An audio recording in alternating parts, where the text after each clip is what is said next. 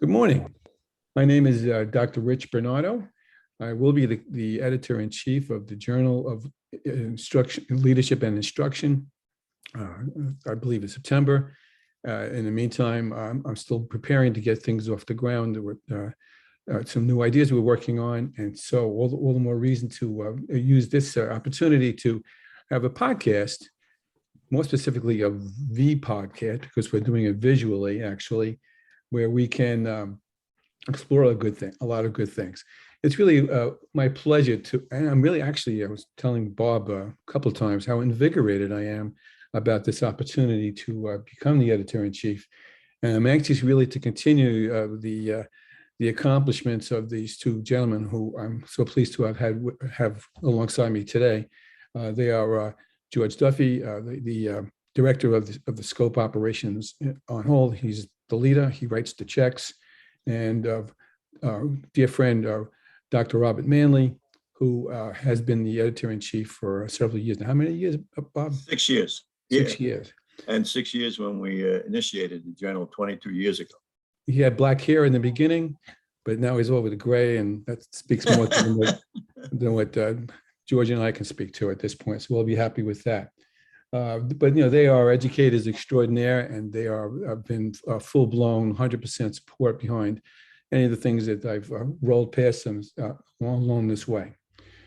All right, so the first point I'd just like to make, there's a couple of goals here, and I'll be as brief as I know how to be, is to introduce the premise of regularly scheduled podcasts from the scope backset, in order to promote what has been going on for a very long time by way of the journals that have been promoted, rather developed from the submissions from hundreds of authors across many years that Bob might want to speak to up the road in a moment. So we have the primary piece, part of what the journal has been is clearly what we're circling our wagons around. The actual written journal, the print journal, is the journal that's been accepted by Eric and will probably be accepted tomorrow when I have the chance to confirm that with EBSCO to recognize what the efforts of these gentlemen have been to not only advocate for the journal, but to put it up alongside of the other recognized journals that researchers use in any manner of forms to improve educational research and application. But now we have a podcast idea here, and the podcast premise is builds off the print journal. The print journal is still the important piece to this. The podcast piece is meant to encourage more widespread community, hopefully up the road, and we'll work on that another day, and to encourage more widespread submissions if we can hopefully pull that part together. So again, the journal is the principal piece of this, and the website page will reflect some changes that you'll begin to see, and we will post that new link up when this goes live in a couple of days. So that's why we're doing a podcast. You can expect some kind of podcast about once a month, perhaps short amounts of time. You can expect podcasts that might merge a couple of authors with similar themes. You can expect some mini, I don't want to say debate, but many exchanges and conversations among folks, which would be kind of healthy now and then. And you can expect, hopefully, to see community investment by people coming back and asking us questions, and we'll have a process for you to exchange, to put that together. How do people get on the podcast or the journal, Rich, at the new site at Scope? The new site will the new site by way of Jack Labriola will be up very shortly. I don't know the exact date. In fact, he's actually sitting in on this, I think, in the background. No, he's not actually. The new podcast links will be on that. And then what I'll be doing, what we also have increased our presence on the web by way of Facebook. We already have a Facebook, Scope has a Facebook link. We're going to use that link to promote. We're going to use Twitter, and I'm believe that's as far as we're going to go with it for now. We're going to go kind of play that by ear, but those are the two places that we think will get the most interest. I'm thinking Twitter will be the place where it will get a lot of attention, and also LinkedIn. LinkedIn has Do we been go to scopeonline.us still to get the Yes. journal? Yes, for now. So really be going to be part of the bigger scope website, but it'll be a separate page redesigned for some of those kinds of things. Okay. One of the things I think we could do too, Bob, is we could consider sharing our podcast with the other study councils around the country. SCOPE is a regional study council for Long Island, and as such, we're a member of the National School Development Council. And then the study councils are affiliated with major universities around the country. And we can consider sending them a copy and the link to this podcast from time to time after each podcast, so that they can share it with their membership.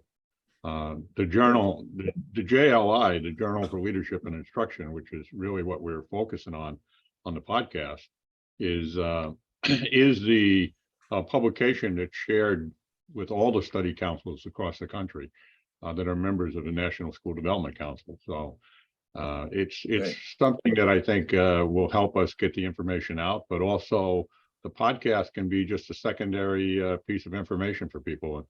And I think Rich is taking this to a different level.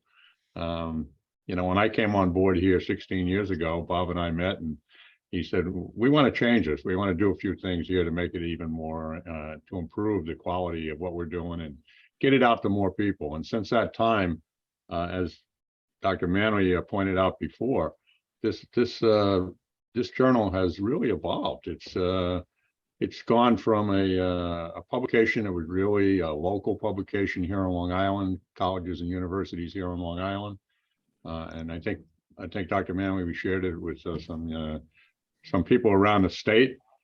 From there, it became the publication that was selected by the National School Development Council as a publication for distribution to its membership. It was endorsed by AASA. Dr. Dan Dominic, the executive director of AASA, actually endorsed our journal. And as you pointed out when we were having an earlier discussion, Bob, it evolved from the Long Island Education Review in its early days to now the Journal for Leadership and Instruction, which is on ERIC. And it's in addition to that, it's become not just a national publication, but an international publication. So it's something that's evolved, and I think this podcast is really the next step to get the information out, to get what it is, the good work that has been done here and we continue to do, get it out to other study councils and other universities. And Rich, I think it's our hope is that the number of submissions it will receive will increase, and it'll become even more in demand by educators across the country. And if you look at our research at the ERIC searches, and Bob, I don't have the numbers in front of me. You might be more familiar with them, but they've gone from several hundred hits, downloads, yeah, to thousands. right. So I think we're certainly have come a very long way, and Dr. Manley, Dr. McGuire, and the whole journal team has really taken it to a different level. And Rich, now we're looking forward to your work and the good work you'll do with us. And I think this podcast is just a step in that right direction. So looking forward to what's got to come. I'm appreciative of that, and I'm appreciative of each of your support, as you well know. As an aside, although it's an aside on a podcast is a strange word to use because you want it to get out to all around the world in a certain sense. I announced on Facebook, LinkedIn, my own personal accounts, Facebook, LinkedIn, and I guess Twitter, and on Twitter, that I was going to become the editor-in-chief, and here are some things we're looking to consider for submission, some ideas. I'm not even sure I would put it that way exactly. I got 150 responses in 2 days. Some of them were just liking it, usual hit a like and move on premise. But I had 20 people maybe 7 or 8 or 9 of them whom I didn't know, which is the best Okay. part, who said, well, tell me more. Mhm. I gave them my phone number. I gave them my email.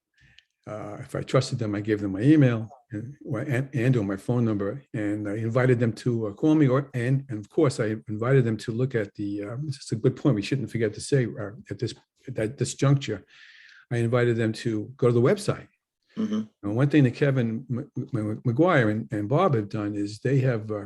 Bob, you can talk to this if you like. They've but put a little coaching piece into the website for folks who may have just published a dissertation and have let it sit on the desk for a couple of months or maybe sometimes longer than that, and what they could do to convert that dissertation into the research we would like to consider. Yeah, we have a 6-step process that Kevin McGuire and I developed, and George and you edited. It's a very simple process. It's very clear. And anyone who goes on scopeonline.net, .us rather, will find those 6 steps. And I think if for graduate students who are finishing a master's thesis or a dissertation, it's a perfect guideline to create your first article. And it's very helpful. Also, I think it's very important for people to understand that we have 6 editors who are co-editors with you, Rich, and each of those persons volunteered to help develop a submission if it comes in as a high quality, high interest topic. So it's not that you just throw in a submission and wait for a response. It's very possible the response will be, we have an editor who will work with you to further develop this. And the other thing I think people, when you read Journal for Leadership and Instruction, it's not a narrow K-12 operation. Many of the themes are leadership at the university level, developmental programs at the university level, healthcare, development of nursing skills, medical technologists. All of these topics have been published in the journal, as well as preschool, parenting issues, school and parent development, race, gender issues that we've published studies about people at different levels of their schooling experiencing anxiety or stress, and what research has shown the schools can do. So there's a lot of variation here that we hope more people will realize, I have this research. Here's a journal that is very open to multiple themes.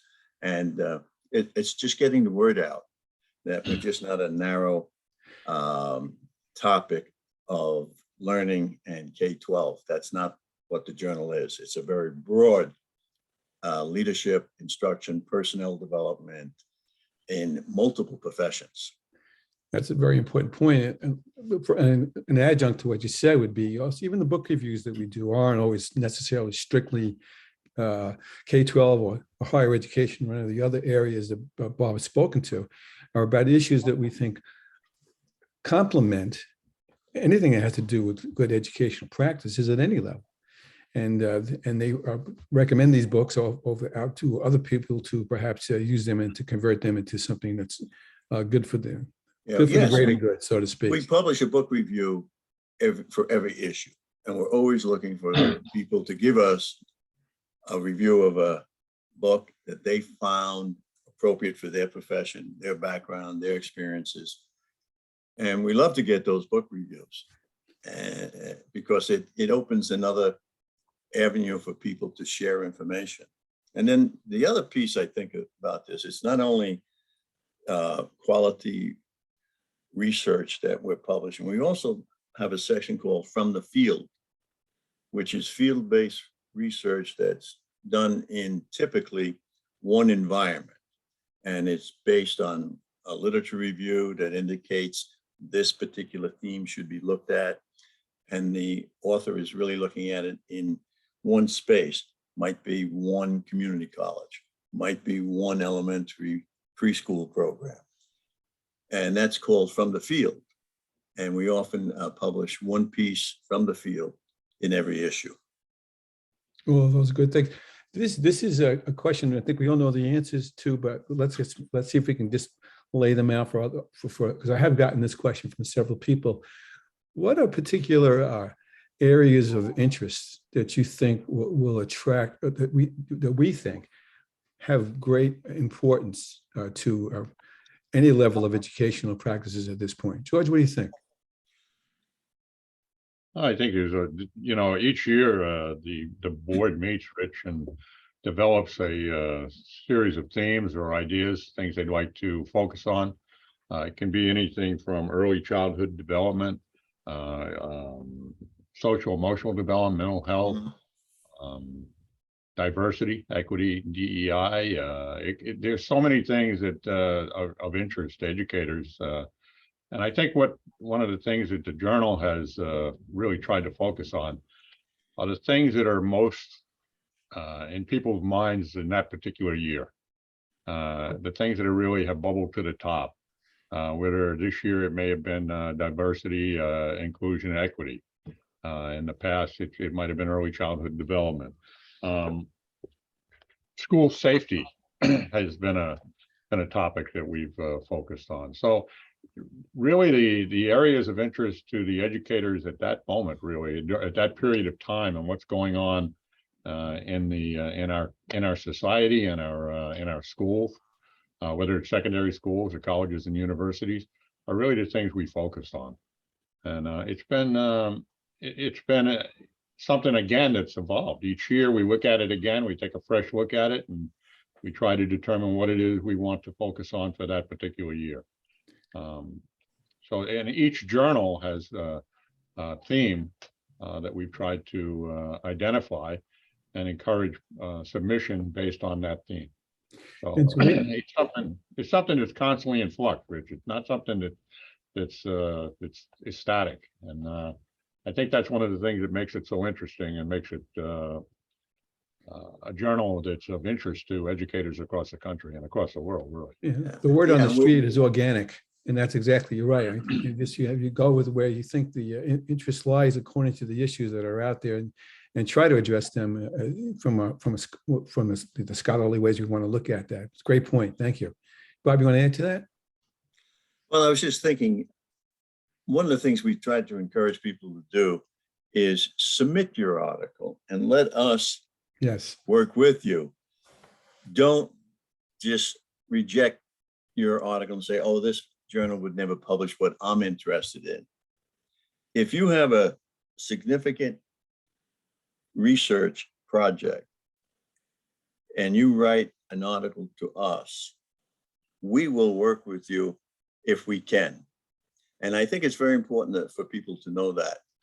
A lot of journals don't have the kind of support that we have with all these volunteers who are willing to work as co-editors and spend 6 months, as you've done, Rich. In the last 3 years, you've done 3 authors who you've developed and worked with, and they were published. So I think it's something that people need to know who are seeking to publish their work, how open this journal really is to submissions. And we do the best to inform our readership about what can impact their work also. So we want our journal to have a significant impact on all the professions that we publish. And that's another way the podcast can support that, because we can do podcasts from multiple authors' perspectives, maybe multidisciplinary approaches as well. If we see that there's some kind of crossovers to get people to examine an issue or issues from perspectives that they hadn't had the chance to consider. And we haven't discussed this. Podcasts. I had a question. It's even possible for people to say, I read in your journal such a theme and the research you were published. I know you're going to have that author on. I also published a book on that theme. Would you like me to work with you in the podcast? And you could interview that person, right? So people need to know this is an interactive communication system that you're setting up, and they should reach out to you to participate in the Journal for Leadership and Instruction. I can't wait. I hope that they all do. I hope they do too. Okay, are there any other final points do you gentlemen would like to bring up before I discuss, bring us to a close? I just would like to say it's been a great privilege for me to work with George Duffy.